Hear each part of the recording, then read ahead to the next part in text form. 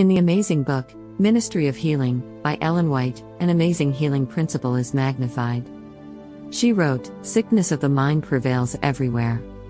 9/10 of the diseases from which men suffer have their foundation here. Perhaps some living home trouble is, like a canker, eating to the very soul and weakening the life forces." The emotions of fear cause disease in our reproductive organs. The emotion of worry causes disease in our digestive system. The emotion of anger and frustration causes disease in our liver. And so if we are living in a state of unhealthy emotions, we're actually building disease in our body.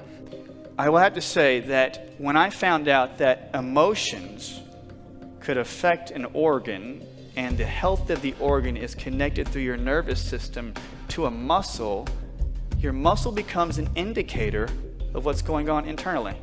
Does that make sense? So every muscle in your body has a connection to a blood vessel, to a lymph node, to a meridian, which is electricity, which is information, and to nerves that go through your spine. So if your nervous system is distressed, that signal can go through the nerve, affect an organ, change the function of the organ, change the blood flow to the muscle then gets inhibited, gets weak. Different emotions in different organs. Kidneys, fear primarily, kidney, urinary bladder. If you're talking about liver, gallbladder, that's mostly anger. If you're talking about colon, that's mostly sadness and grief. If you're talking about lungs, it can be sadness and grief, or it could be fear of death of a loved one or a relationship. Okay? And different emotions in different places, and that's where you're going to see the physical toxins accumulating. That's where you're going to see the microbes accumulating. That's where you're going to see the cancer developing. That's where you're going to see the other chronic disease developing. Fear in Chinese medicine has much to do with the kidneys. The kidneys are what they call the battery pack of the body. The kidneys are responsible for taking energy, like a good battery on your iPhone, and storing it and conserving it. Now, what drains the kidneys is all the extra traumas in the body. So I basically compare it to an iPhone. You have a battery in your iPhone, you have all these applications running in the background. And if those applications are running without you consciously knowing, your battery is sitting there feeding those applications as they update this whole time. You have all these extra things on top of your normal day, and then somebody tells a person you have terminal cancer. Then your body has to go, well, what am I supposed to do? I've got to fight this thing, and I've also got to support all the other apps that are running. So what occurs is the body's making a choice. When fear gets involved, it starts to grow the fear neurologically. And so the body's starting to give energy and power and momentum to that belief because it's such a big trauma. All the other apps cannot be supported. The apps being your metabolism, your immune system, things that would help you fight that fear. The fear can overtake, which allows the cancer cells to grow. That is a Chinese medicine aspect of it, but there's also a lot of metabolic aspects when it comes to draining the kidneys, which in basically Western medicine are heavily related to the adrenal glands. When we get fearful, we go into fight or flight response, our immune systems go down, we can't fight off cancer cells. Is Dr. Motley accurate? Let's look at what he just said. We get fearful, we get into fight or flight, our immune systems go down, we can't fight cancer. According to the Mayo Clinic website, fear and negative thoughts manifest into chemical reactions that can affect your body by bringing more stress into your system and decreasing your immunity. So, it's not just Dr. Motley saying this. Recent compelling evidence has shown that the emotional and immunological systems share more than a similarity of functions. Studies over the last few decades have provided sufficient evidence for similarities and overlaps between the immune and emotional responses. A study conducted by specialists from Pennsylvania State University and State College has found that negative moods may change the way in which the immune response functions, and they are associated with an increased risk of exacerbated inflammation. The results of the research, led by Jennifer Graham-Engelen, an associate professor at Pennsylvania State University, appear in the journal Brain, Behavior, and Immunity. The team noticed that individuals who experienced negative moods several times per day for extended periods of time tended to have higher levels of inflammation biomarkers in their blood. The scientists also noted that if they collected blood samples from participants soon after they had experienced a negative emotion such as sadness or anger, inflammation biomarkers were all the more present in the blood. According to Harvard School of Public Health, a vast body of scientific literature has detailed how negative emotions harm the body. They point out how serious, sustained stress or fear can alter biological systems in a way that over time adds up to wear and tear and eventually illnesses such as heart disease, stroke, and diabetes. Additionally, they point out that chronic anger and anxiety can disrupt cardiac function by changing the heart's electrical stability, hastening atherosclerosis, and increasing systemic inflammation. Remember, new experiences create neural synapses. If you can continue this chronic bombardment of stress, you create a program in your brain. And that program, as you can see, can create beliefs because you're growing a neural network. Anybody heard of neuroplasticity? The more you think a thought, the more nerves grow to support that idea. And so what do? You have a neural network growing in your brain and in your body, because remember, the living matrix communicating with everything, and that network is only carrying the stress, emotional trauma, the sickness meant for that neural network. It carries that specific signal. So when you create a belief, what does it do to your perception of reality? Changes it. Dr. Motley is 100% correct. Based on the scientific knowledge we have of how the brain operates, stress creates a program in the brain that creates belief that changes your reality. According to Dr. Motley, we are growing a neural network, and he also mentions neuroplasticity. So here's what he means in layman's terms. Whenever we think about something or learn something new, we alter the circuits in our brain. These circuits are composed of neurons, nerve cells, that communicate with each other through special junctions called synapses, and they are neural networks. The more we dwell on something, the more chemicals called neurotransmitters that those neurons create, and the stronger the connections between those neurons becomes. For instance, if we want to learn a new word like neuron, we can repeat over and over, neurons are nerve cells, neurons are nerve cells. And once we do that 20 to 30 times, voila, we know it. What we just did was strengthen the connections between the circuits in our brain. Studies show that when you are stressed or afraid, it actually alters our limbic system, which are structures in the brain that deal with emotions and memory. But the limbic system is the communication within your brain to the rest of the body. So let's get this straight. When you get stressed from anything, from a trauma, from cancer, from an illness, from a bad memory, from being abused, any of those translate into neurological synapses, new nerves growing in your brain. It's an experience, and that it creates neurotransmitters, a chemical response within your brain that then tells the hormonal glands within your body to create certain hormones such as adrenaline and cortisol. You could have a trauma of getting a car wreck 10 years ago, but if that program ran, what did you do? You start to go, man, I felt bad. I lost a lot of time because of that wreck, and it makes me upset. I'm angry because I lost all that time. You tagged an anger with what? The original trauma. So if anything reminds you of the original thought or idea, what do you respond with? Anger. You'll actually put your body chemically into that state now. It doesn't matter if it happened 10 years ago, you're still reliving the program. Remember, the program is running in the background. You have an app that's running in the background and you're not conscious about it. It's subconsciously running. To become more aware means you need to go open up your hard drive and find out which apps are running that don't need to be running and swipe them off. Because you have to build energy. Your battery gets low, and the reason you're in chronic fight or flight is because you have too many apps running. Remember, the body will act just like an iPhone. All technology is based on neurology.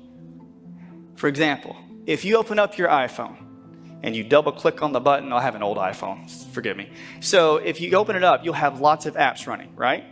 If you have many apps running, you have to swipe them clean to what? Conserve battery power.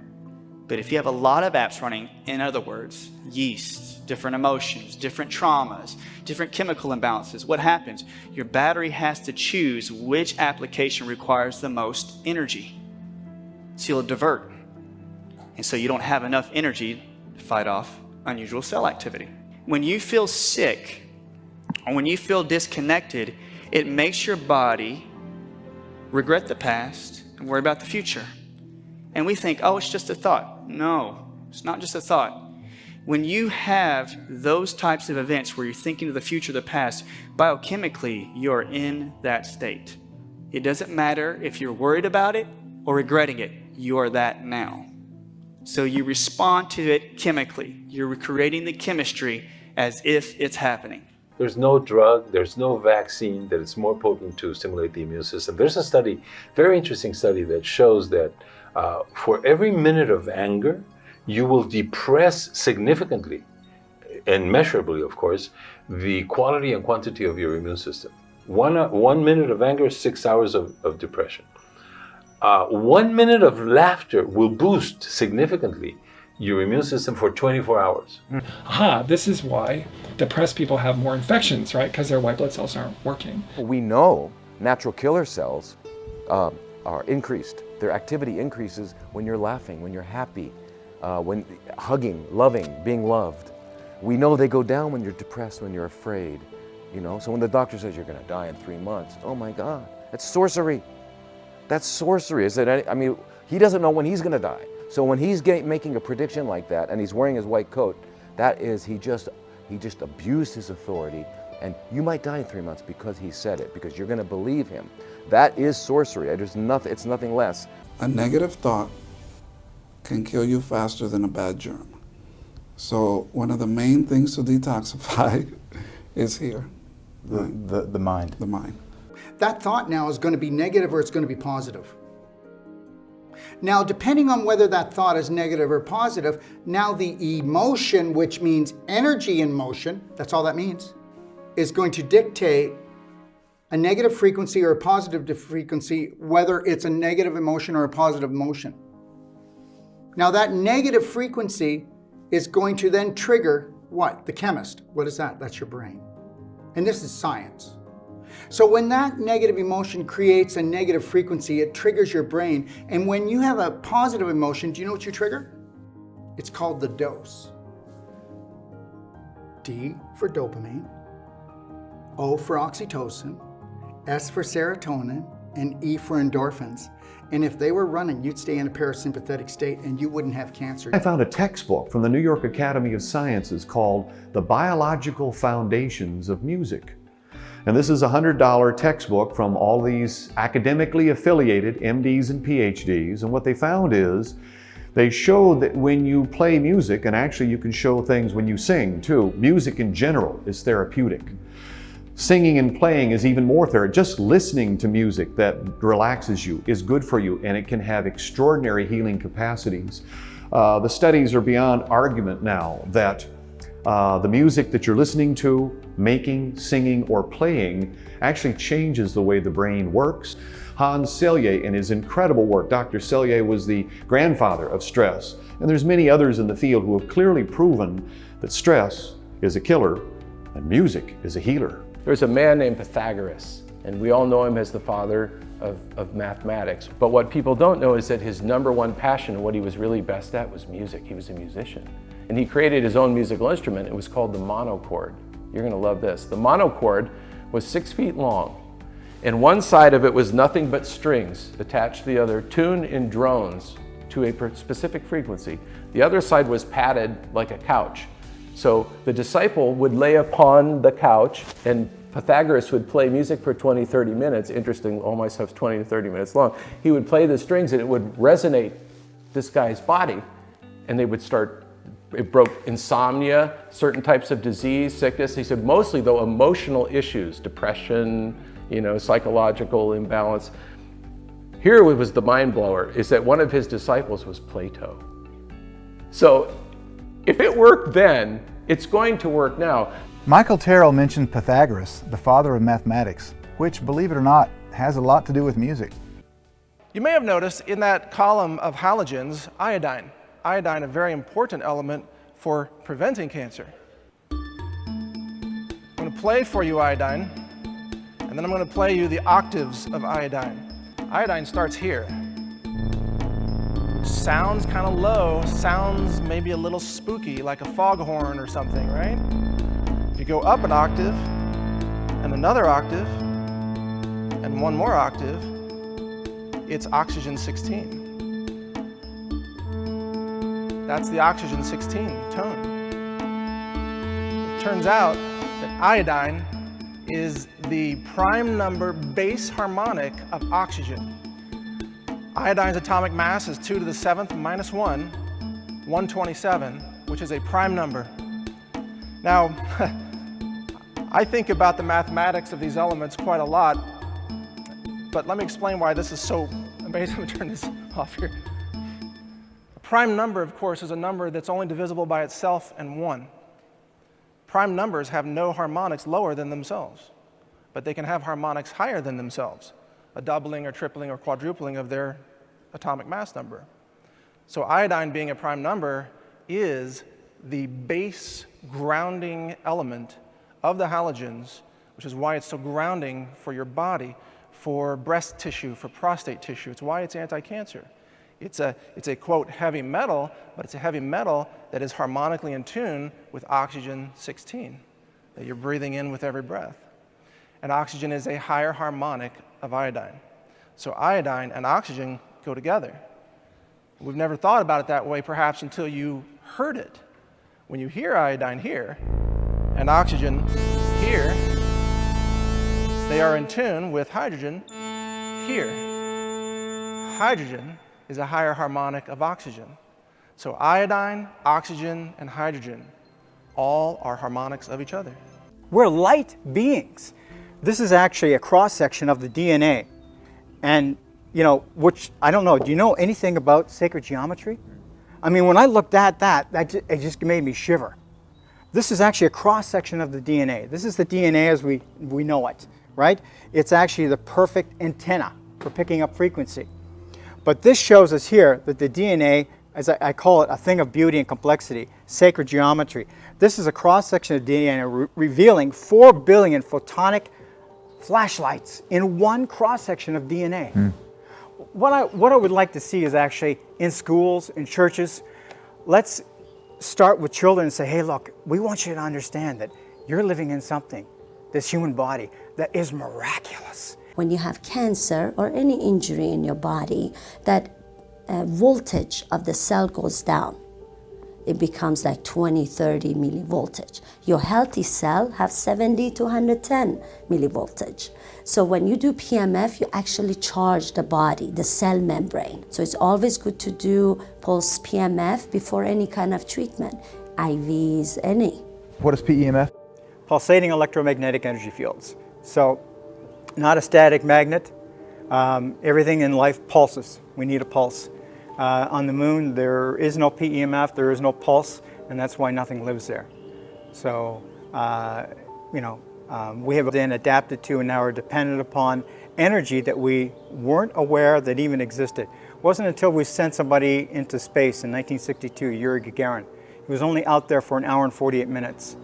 But because he was beyond, the reach of these frequencies in our environment, in an hour and 48 minutes, he had severe bone loss to the point of osteoporosis, decreased metabolism, loss in perception, and depression, which affected him for the rest of his life. He committed suicide at the age of 37. Now, when we expose ourselves to PEMF, you can actually flip those things, reverse them. Increase bone density, increase perception, increase metabolism, and increase a sense of well-being. PEMF, I'd have to say, is one of the most powerful tools that I've seen in 35 years. In holistic health. The therapy is not new. It was actually first described by Tesla in the 1880s and 1890s. If you consider that malignant cells and also damaged tissue run at a lot lower voltage or electrical potential, this therapy is designed to up the potential or increase the energy of the cells. So it makes the cancer unhappy. Okay. In addition, here at Center for New Medicine, when patients have the IV therapies or the hyperbaric oxygen, it helps drive those therapies and those nutrients to the affected area. So we can see with Colleen here, we've placed the loop, which is one of the attachments, right over her affected area. So we'll run that for 10 minutes. And then we'll also run the mat, which she's currently lying on, the blue mat here, for 10 minutes to help the electrical potential of all of the cells in her body. So microcurrent therapy is used, what it basically is, it's very low level electrical currents in the millionth of an amp range. The 1960s, they started making things called TENS units, transcutaneous electric nerve stimulation, which is very crude compared to microcurrent, but it had a certain amount of pain blocking effect. There is a difference between devices that just turn off pain, like spinal cord stimulators and TENS units. Microcurrent works differently. It is approved in the category of TENS devices as a matter of regulatory convenience only. So microcurrent, which was actually developed in Germany by Dr. Reinhold Voll and some other colleagues, was a much lower current that's much more precise in how it's used. Like you can put pad electrodes and apply microcurrent, say, to the whole arm or the whole lower back or to the head or to the knees. Now, Carolyn McMakin, who's a pioneer in the field of microcurrent, she connected with some naturopathic doctors that had come up with charts of frequencies, kind of like a map to the frequencies of the body. So like which frequencies reduce inflammation or congestion, or which ones get the lymphatic system moving, or which ones are good for tapping into, say, the amygdala of the brain and reducing PTSD symptoms. So they kind of mapped out which frequencies do what. And then she pioneered applying that through microcurrent equipment and has been teaching that all over the world, and very effectively. So that's called FSM, or frequency-specific microcurrent. So frequency-specific microcurrent, the combination of the microcurrent and the frequencies treat the cause of the pain. So if you have inflammation in the facet joints, the posterior joints in your low back, the only way to treat low back pain with frequency-specific microcurrent is to run the frequencies to reduce inflammation in the tissues of those posterior joints. Inflammation in the cartilage, the bone, the periosteum, that pain-sensitive lining of the bone, the ligaments, the tendons, the nerves, the dura.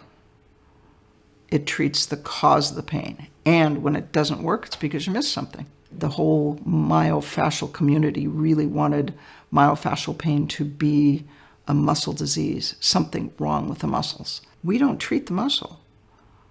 We treat the underlying cause. Sometimes it's discs, facets, the nerve. You are gluten sensitive and you had a sandwich for lunch. The inflammation in your small intestine caused by the food you ate feeds back into the spinal cord, irritates those nerves. Those nerves make the muscles in your abdomen tight, and you show up 3 days later or 2 days later with trigger points in your rectus abdominis that cause low back pain. Your complaint is low back pain. What they have to treat is the small intestine. For us, it's like, yeah, muscles of collateral damage. Treat small intestine for inflammation, allergy reaction, have a come to Jesus conversation with the person who ate the sandwich, and the low back pain gets better. Muscle pain goes away. Like literally, the knots just disappear. I had a jaw infection from root canals. And I tell people casually, yeah, I've had 9 jaw surgeries. And they're like, oh, how horrible. It's like, nah. Put the sticky pads here, put the sticky pads there, you run the machine. Doesn't bruise, doesn't swell. Maybe you take 2 Advil, and that's it. December 19th of 2004, on a Monday morning, I get a phone call. And it is Buddy Prim, who is Terrell Owens' private trainer.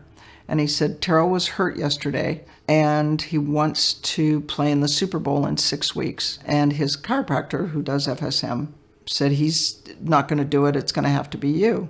Can it be done? I said, well, the injury was he had an open spiral fracture in the fibula. The tough membrane that holds the tibia and the fibula together was shredded. Nothing was holding those 2 bones together. And the ligaments that hold basically your foot onto the bones, those were shredded. And he was having surgery on Tuesday morning. And I said, well, they've already been treating the fracture, but I have to be there when he gets out of the surgery. Got on a plane, treated him in the car on the way home from the surgery. I put sticky pads on him and started treating him to stop the bleeding, reduce the inflammation, stop the bleeding, repair the torn tissue, treated him all the way home. That was an hour, and it was 10 o'clock in the morning, and I treated him until 10 o'clock the next day. I slept sitting up, and I'd wake up as you do every hour or two, punch a button, go back to sleep, treat the bleeding, treat the inflammation, treat the torn and broken, treat the fracture. And at 10 o'clock Wednesday morning, the team trainer came in. His name's Rick Burkholder. Took the Velcro off the boot, got some bandage scissors, cut the gauze, and opened it up. There was zero bruising, zero swelling. There was so little swelling that you could see the plate and the Phillips head screws that they had used to hold the two bones together. This guy has 6%, 8% body fat. And Burkholder said, he's very restrained. How do I take advantage of what you can do?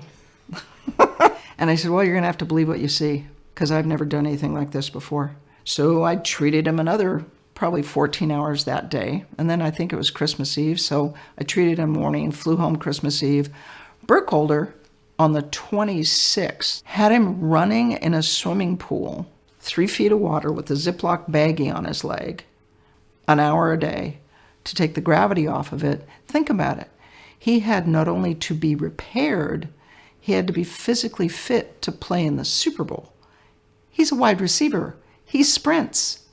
I came back the following Monday. He and his girlfriend are playing tag and throwing snowballs in sneakers in 3 inches of snow 1 week after a career-ending injury. So I treated him 3 to 5 hours a day, 5 days a week, for 5 weeks. At the end of 4 weeks, everybody will remember the surgeon was running around telling anybody with a microphone or a pen that this was a career-ending injury. It was at least 18 weeks or a year and a half, and he was being stupid and blah, blah, blah.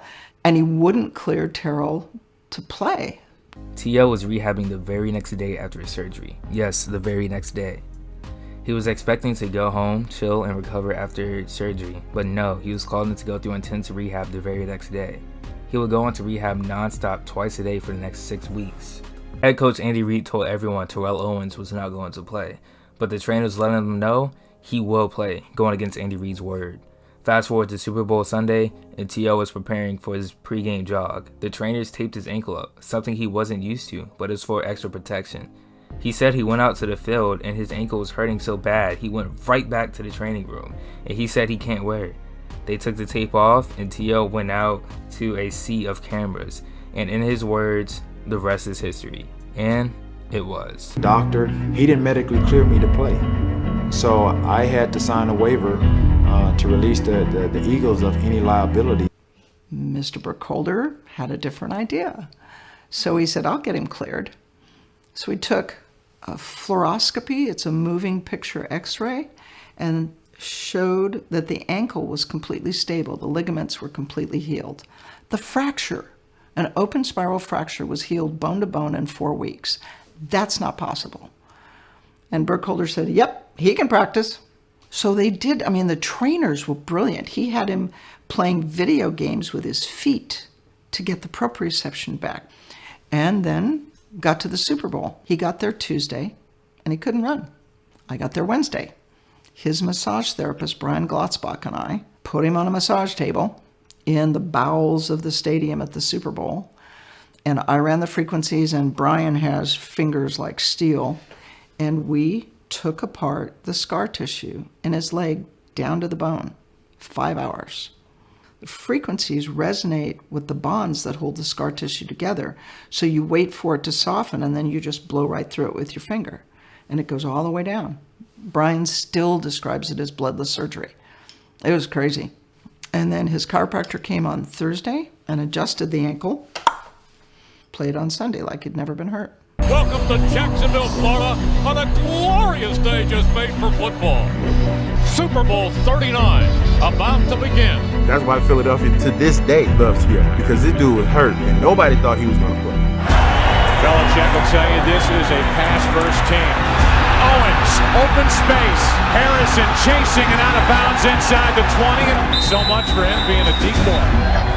Second down and 8. McNabb fires the pass to Terrell Owens into the open field. Look out. Terrell Owens getting it into Patriot territory. Blitz coming from New England. The pass is caught. An unbelievable catch by Terrell Owens. Unbelievable. Terrell Owens as we were talking about, has really shown up big. I mean, you're talking about a guy basically playing on one leg, 5 weeks removed from having screws put in his ankle. Imagine what he'd be doing if he were healthy.